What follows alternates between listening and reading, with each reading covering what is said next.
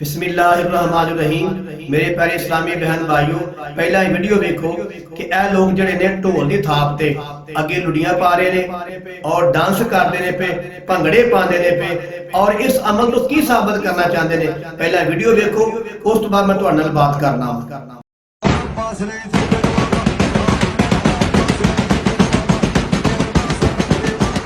जी हाँ जनाब, वीडियो देख लीजिए। ये शिया लोग ने, बेशक बड़े गौर ना वीडियो देख लवो कि शिया लोग ने ये ढोल की थाप ते भंगड़े पाते ने पे, लुड़ियां पाते ने पे और धमाला पाते ने पे और ये साबित करते ने पे कि सानू इमाम हुसैन रजी अल्लाह तआला ना बड़ा काम है।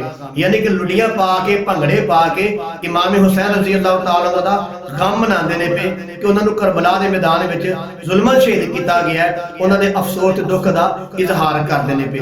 मैं इन्होंने पूछना चाहना वा, ए जिहड़े लोग ढोल की थाप ते ढोल की आवाज लुड़ियां पा के ते धमाला पा के गम मनाते ने पे इमाम हुसैन रजी अल्लाह तआला दा, ए जिन्ने भी लोग ने पक्की बात इन्हां विचों कि दा अम्मी अबू भैन भाई अजीज़ अकारब दादी दादा नानी नाना कोई ना कोई फौत होया होएगा। ते जो उन्होंने साल बाद सालाना खत्म होता है या साल बाद वो दिन आता है, क्या उन्होंने दिन इंज मनाते हो?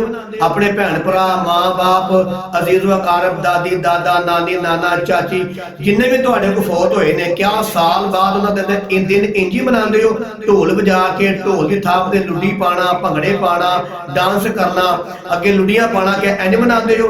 एक दूजी बात है, अगर तुहाडा कोई जुल्मन भी शहीद हो गया है, जुल्मन शहीद भी होया है या उंज ही जुल्मन मारिया गया, जिवें अज लड़ाइयां हो जांदियां ने, यही कहते हैं कि इमाम हुसैन रज़ी अल्लाह तआला नो जुल्मन शहीद किए गए ने तां असीं गम मनाने आ।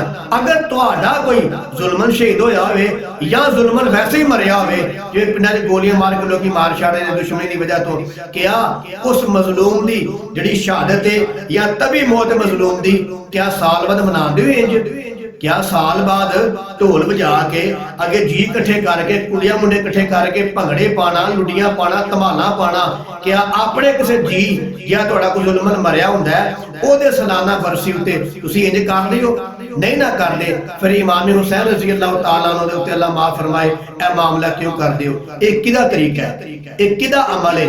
इन्ना कुरान का हुक्म है, ना मेरे पाक पैगंबर दा फरमान मुबारक है और ना मेरे कमली वाले दी तालीम है और ना मेरे कमली वाले दे अहले बैत दी तालीम है, ना उन्हां दा अमल है।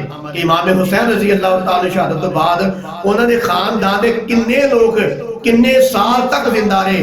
क्या किसी आदमी ने भी उन्हां दे सक्का बेटा, उन्हां दा सक्का बेटा ज़ैनुल आबिदीन रज़ी अल्लाह तआला, क्या उन्होंने करबला तो बाद 40 साल तक जिंदा रहे?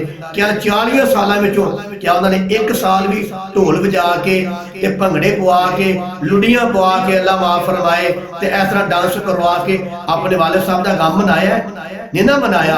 फिर तुसीं किहदी तालीम ते अमल पे करदे हो? मालूम होया अगर तुसीं ये आखो कि अहले बैत दा अमल है, अहले बैत दा तरीका है ते ये झूठ है, ते फिर मैं कहना कि झूठे ते अल्लाह दी लानत हुंदी है। अगर जे अहले बैत दा तरीका नहीं, फिर अहले बैत दी तालीम नूं बदनाम क्यों करदे हो पे? अहले बैत दे अमाल नूं बदनाम क्यों करदे हो पे? कुरान और हदीस ते गंदियां गलत बातां क्यों थोपदे हो पे कि कुरान विच वे या नबी दी हदीस? पक्की बात तुहानूं पुछिया जाए ते तुहाडे ज़ाकिर जिहड़े ने कुरान का हवाला देते हैं, हदीसा पेश करते हैं, क्यों कि सब कुछ झूठ कुरान से भी बोलते हैं, नबी की हदीस से भी बोलते हैं और अहले बैत की जिंदगी से भी बोलते हैं। तो मेरे अजीज भाइयों, ये अहले बैत का अमल नहीं, ये अल्लाह माफ फरमाए बड़ा गंदा ते घटिया अमल है।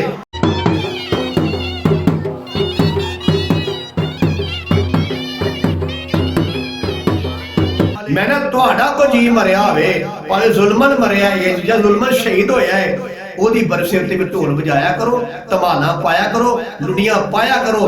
अगर तुहानूं कोई पूछे की गल है, फिर उन्होंने क्या करो कि साडा इस तरीक नूं जुल्मन मरिया है या जुल्मन शहीद होया है, असीं उहदा गम मनाने आ। फिर वेखांगे लोग तुहानूं की आंदे ने या तुसीं किवें गम मनांदे हो। जो तुसीं अपने घर ये मामला नहीं करते तो इमाम हुसैन रज़ी अल्लाह तआला दी जिंदगी उत्ते ऐसे मामला क्यों करदे हो? अहले बैत दी तालीम नूं बदनाम क्यों करदे हो? नबी दे दीन नूं तुहां ड्रामा क्यों बना लिया है? नबी दे दीन नूं ड्रामा बनाने वाली गल है। नबी दे दीन नू अल्लाह माफ फरमाए खराफात विच तब्दील करने वाली गल है।